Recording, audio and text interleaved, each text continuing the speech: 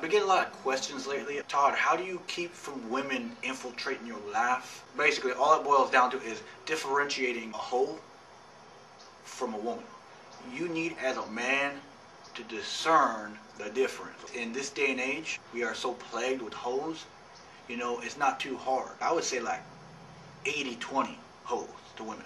That is why I'm not defocused by a hoe. They fun to party with, but they definitely don't have any longevity in them. Be respectful to them. I don't care if they're a hooker. I don't care if they're a Persian prom queen. Back in my time, a Persian prom queen is a transvestite. If they're women, treat them like they're a woman, okay?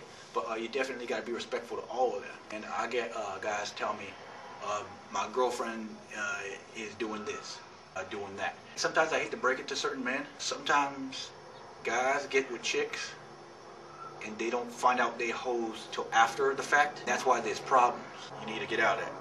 I know Ludacris said you can't turn a hoe into a housewife. He was wrong, you can, but it pretty much takes your whole life. In the end, that's definitely not worth it. This is where me and Dr. Phil, we bump heads, okay? Because I sent him a few emails, okay? And he sends the wrong answers out to the public. He tells these men, oh, you should be home at a certain time. If you ain't giving your woman enough attention, you should set aside attention each day for your woman. Like she's a fucking homework assignment or something. I don't know. Dr. Phil's problem is he assumes every girl that is with one of these men is a woman. And I got a problem with that because 80% of those chicks are hoes.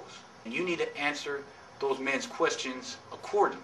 Don't just tell them, hey, do this, do this, do this. You're just serving them up on a silver platter to a hoe. That's fucked up, man. Hey, there's something called guy code, okay? And you're fucking it up, Dr. Phil. Go get your nuts back from Oprah and speak the truth, okay? Because it's not all about making money and saying pretty things. Maybe get yourself a fucking toupee, okay? Seriously, common sense. You gotta discern the woman. You gotta kind of like be like the Terminator. I don't know if you ever seen that Guns N' Roses video where the Terminator's in it, and it got the little sees each one of those characters for as they are. However that chick presents herself to you, most likely is how she presents herself to everyone else, drunk, sober, or whatnot. A hoe is pretty much drunk 100% of the time, every weekend. And it's not a good investment. Another reason why you fighting an uphill battle when you with the hoe, because a hoe never feels she's wrong. A hoe feels everything she do is in the correct path of her life. Maybe she wants to, like, I don't know, maybe she got, you know,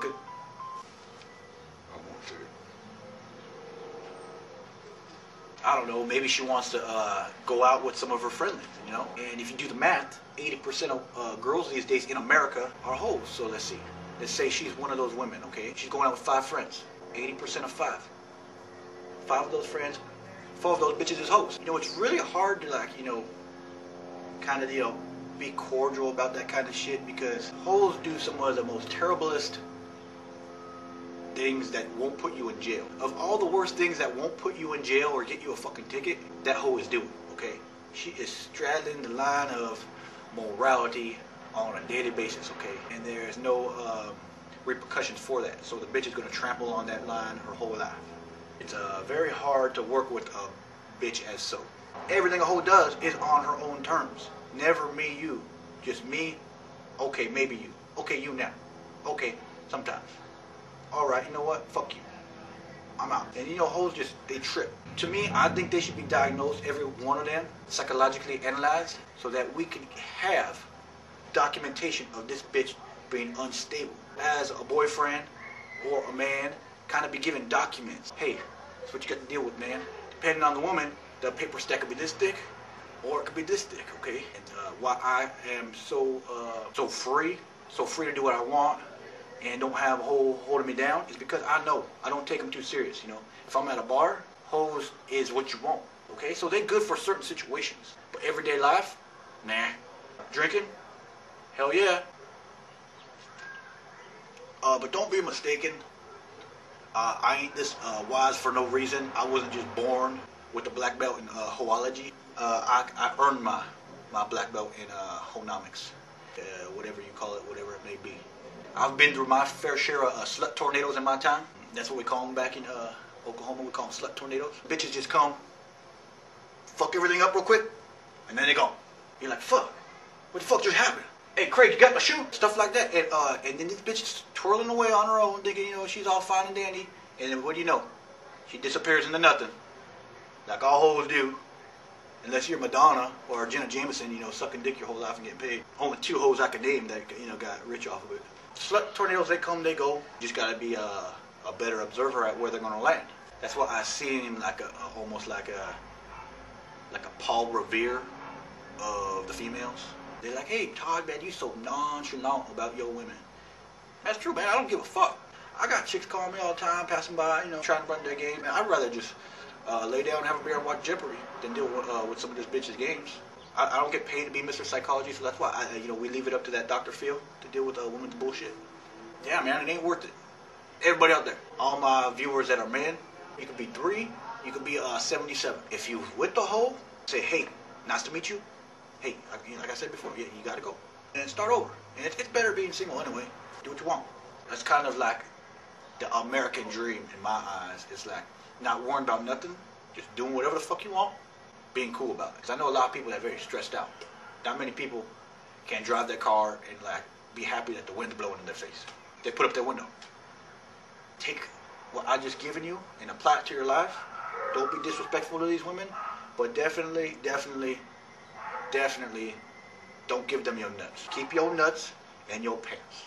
Nuts in your life are some of the most important things you will have because it's what makes you a man. And if your nuts aren't another bitch's purse, oh, she's just showing them off, man. Hey, Elizabeth, hey, look what I got. Yep, got Tom's nuts right in my purse. Look at them right there. Yep, man, for me to keep. Look at this. He's gonna be calling me in about 15 seconds. Yep, ring, ring. See, man, if you don't got your nuts, you doomed. Bitch gonna lead you to the grave. Whether it's through alcoholism or that bitch just constantly being in your ear, stressing you out, giving you an ulcer. Bitches, hoes, they lead you to the grave. So say, just front kick them out your door and say, bitch, hey, I try to tell you nicely, but get the fuck out of my life. Click. Okay? A good rule, dog.